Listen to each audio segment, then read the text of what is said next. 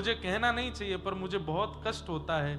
आज सनातन धर्म के बड़े बड़े संत जन, बड़े बड़े ऋषि जन केवल एक दूसरे से लड़ने में लगे, और आमने सामने नहीं लड़ते। आमने सामने एक दूसरे के पांव छुएंगे, एक दूसरे को गले से लगाएंगे। मेरी बात बहुत ध्यान से सुनिएगा।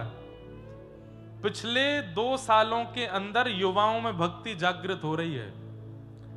पिछले 2 सालों में, अभी ताली नहीं बजाओ, अभी नहीं बजाओ, ताली बजाने वाली बात ही नहीं कर रहा मैं, ये चिंता वाली बात कर रहा हूं। पिछले 1.5-2 वर्षों में युवाओं में भक्ति जागृत हो रही है। न्यू ईयर पर गोवा खाली पड़े हैं, न्यू ईयर पर मनाली कोई नहीं जा रहा है, और वृंदावन में तिल रखने की जगह नहीं मिल रही है, जगन्नाथपुरी में होटल खाली नहीं मिल रहे हैं, द्वारिका में गाड़ियों की लंबी कतार लगी है। क्यों? सब जा रहे हैं।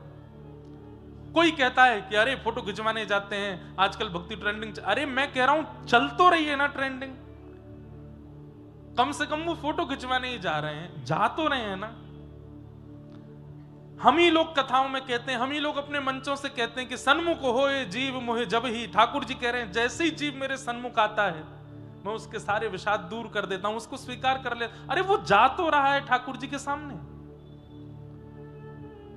जैसे तैसे बड़ी मुश्किलों से युवाओं में भक्ति जागृत हो रही है, और यहां पर फिर ये नेगेटिविटी शुरू हो जा रही है। आपस में लड़ रहे हैं, झगड़ रहे हैं, एक दूसरे के प्रति गलत गलत बातें कह रहे हैं। कभी किसी कथावाचक को छोटा बता रहे हैं, किसी को बड़ा बता रहे हैं, किसी के जीवन पर कुछ कह रहे हैं, कहीं कुछ डाल रहे हैं। ये सब बहुत गलत है। और फिर वही दिन आ जाएगा कि यही युवा वापस यू टर्न ले लेगा, नहीं जाएंगे मंदिरों में, खाली पड़े रह जाएंगे मंदिर, नहीं जाएगा कोई भक्ति तीर्थ धामों में, और फिर कहेंगे कि घनघोर कलिकाल आ गया है। पबों में जाते हैं, उल्टे सीधे काम करते हैं, ऐसा क्रिया करते हैं। नहीं मानेंगे। फिर भी हमें पता है ये लड़ाई झगड़े चलते ही रहेंगे, और अब इस वर्ष से तो बहुत ज्यादा ही होने लगा है।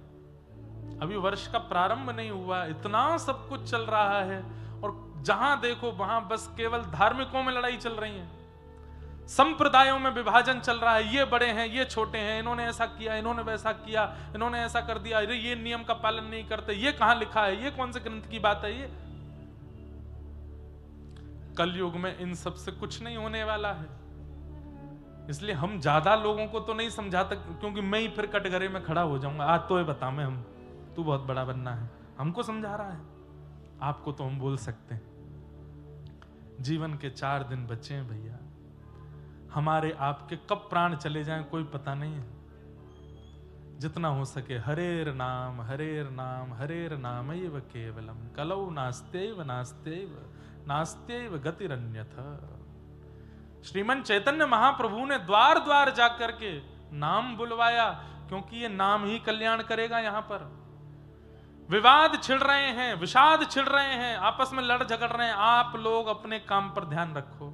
आपका काम क्या है? ठाकुर जी को भजो, ठाकुर जी को रटो, सेवा करो, अपने जीवन को सार्थक बनाओ। ये जो चल रहा है संसार में, अब इनको तो हम ज्यादा कुछ कह नहीं सकते, करने दीजिए।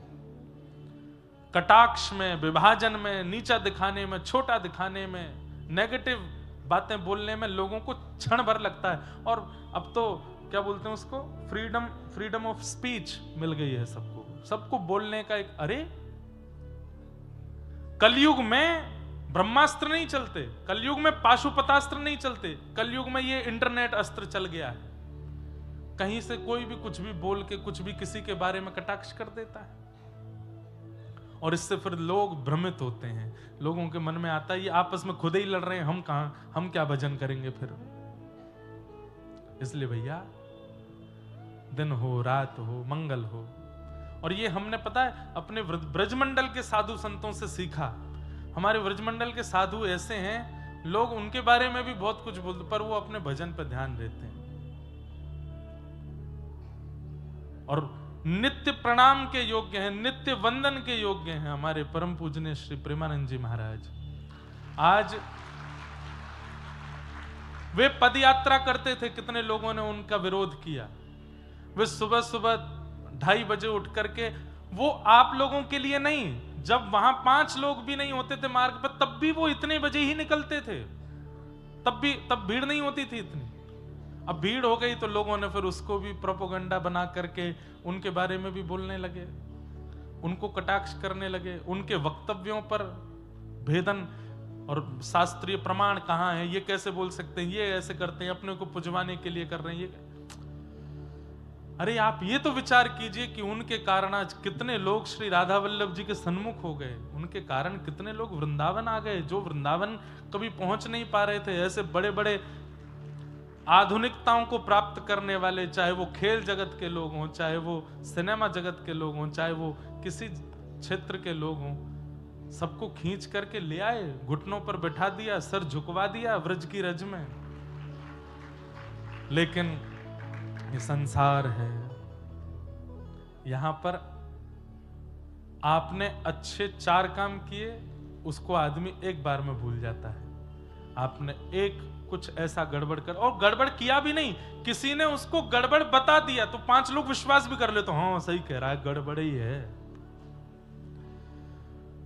तो फिर हम में और भक्तों में, हम में और राक्षसों में अंतर कहां रह गया? हम भी तो वही हो गए। मर्यादा पुरुषोत्तम राम जी हैं, वन में पिता की आज्ञा से निकले हैं, लेकिन रावण को उनमें भी दोष दिख रहा है।